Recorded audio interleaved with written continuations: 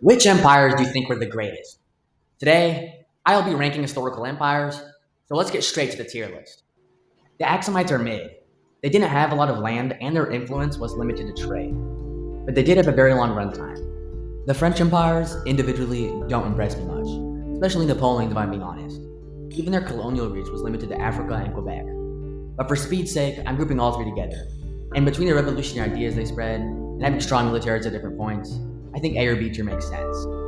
The Yuan dynasty I think is overlooked because it was a Mongol offshoot, but in truth, they had a very large and powerful dynasty that connected East Asia to the world more than ever.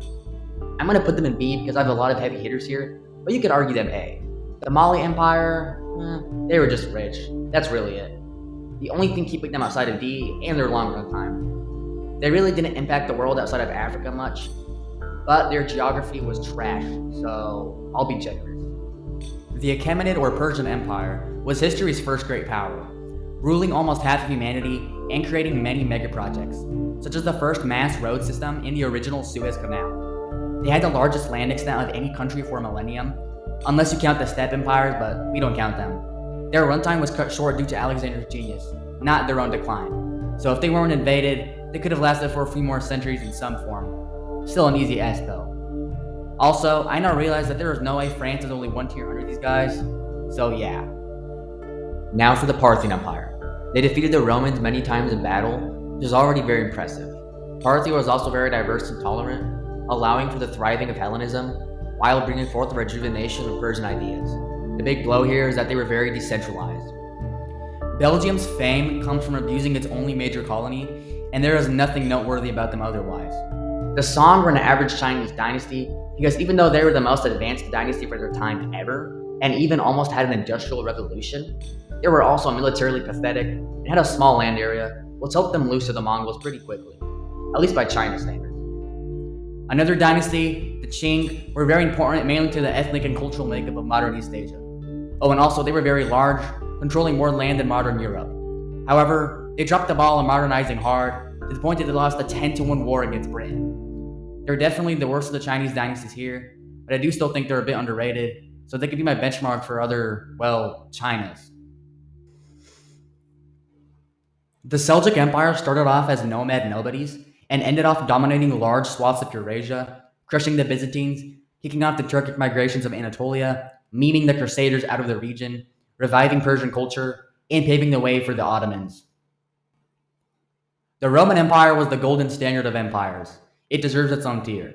Despite all their weaknesses, the amount of time they existed as a powerful state and a weak state is unmatched. Spain, despite its seemingly irrelevant facade in the modern day, had a monster of a colonial empire. They spawned in most of the Western Hemisphere and made the 8-hour workday. The Songhai Empire of West Africa is a lot like a rebranded Mali Empire. They owned basically the same land, had the same geographic issues, and made bank off of gold, salt, and slavery, so nothing new. I think Carthage is forgotten a lot, but their navy was no joke. They had expeditions sail to the Congo coast and had artifacts in pre-Roman Britain, showing off their grasp on the seas. Obviously, if they could have subjugated Rome, they might have been S tier, but they were sacked before they could grasp their full potential.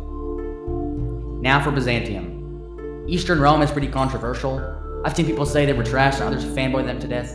My take is while they weren't certainly Rome, they definitely weren't some weak, decadent empire either.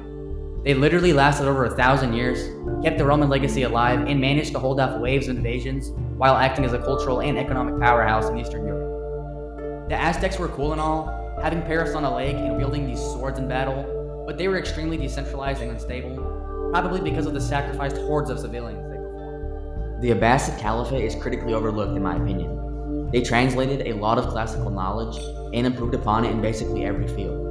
Abbasid scholars made some wild inventions, such as robot maids. They also survived over 500 years, and despite not expanding much, their army and navy was at the pinnacle.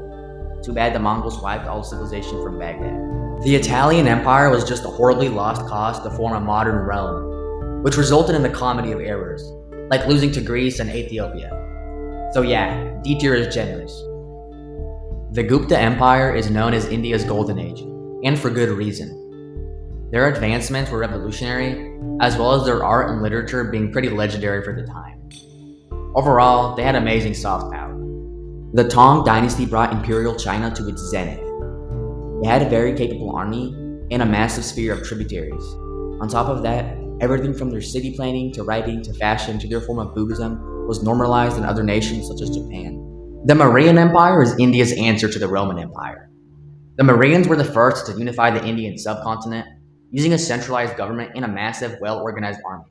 Under Emperor Asoka, it became one of the earliest states to ban the slave trade and promote nonviolence, so quite progressive for their time period. The British are S plus. Don't listen to the haters. History's first superpower ruled more land than the moon, used the continent as a prison, sparked the actual industrial revolution, and shaped the modern world heavily in its image. The amount of aura you must feel when 24 flags are copies of yours is wild.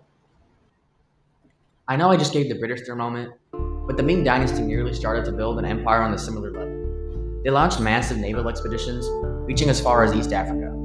But after that, the Ming reversed course, banning private merchants and going ultra isolationist. The Umayyad Caliphate. The Umayyads were very massive, uniting the ancient Middle East with Spain and Central Asia into a large domain through intense conquest, spreading Arabic as a unifying language.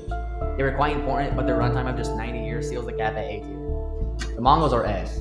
Now I know they didn't last very long, but that don't mean nothing. They steamrolled the Eurasian plate in 50 years, supercharged the Silk Road's final breath, and ushered forth the modern age. Descendants of Genghis Khan will go on to make some great empires as well. The Mughal Empire was basically India's Renaissance. They brought insane wealth, crazy architecture like the Taj Mahal, and had a super efficient government for the time. At their peak, they ruled over a third of the world's GDP. But internal conflict and European colonization slowly tore them apart. Still, their legacy in South Asia is massive.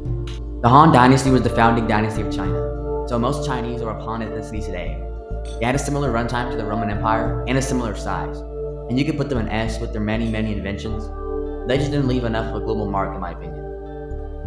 The Sasanians continuously defeated the Romans and the Byzantines for centuries, nearly completely folding the Byzantines once. But beyond the battlefield, they pushed Persian art, culture, and religion far and wide. If the Arab conquests hadn't occurred, them and the Byzantines could be S tier in my opinion. Portugal is C tier. They were able to start off the age of exploration, but their only important colony was Brazil, and stronger European powers that faced them very quickly. The Ottomans built one of the most dominant armies ever, throwing down with many notable enemies around the same time. For 2 centuries, they were at the cutting edge of everything. A Turkish man even made a steam engine just for kebabs in the late 1550s. And while they started off very tolerant, their fortunes and innovations slowly waned under conservative policies until they were one of the weakest states in the Western world. Overall, though, they wanted to be Rome, and honestly, they did good enough for me. One empire that branded itself as Rome and had debatable success was the Russian Empire. Like, they absolutely sucked at modernizing outside of the military, being an agrarian society up until the Soviet Union's founding. Nevertheless, their campaigns led them to rule Eurasia from the Pacific to Poland, ending the Central Asian slave trade. They genuinely had so much potential, but poor geography and significant opposition killed them early. Well, that was my list. This was my first video, so if you liked it, please like and subscribe, and thanks for watching.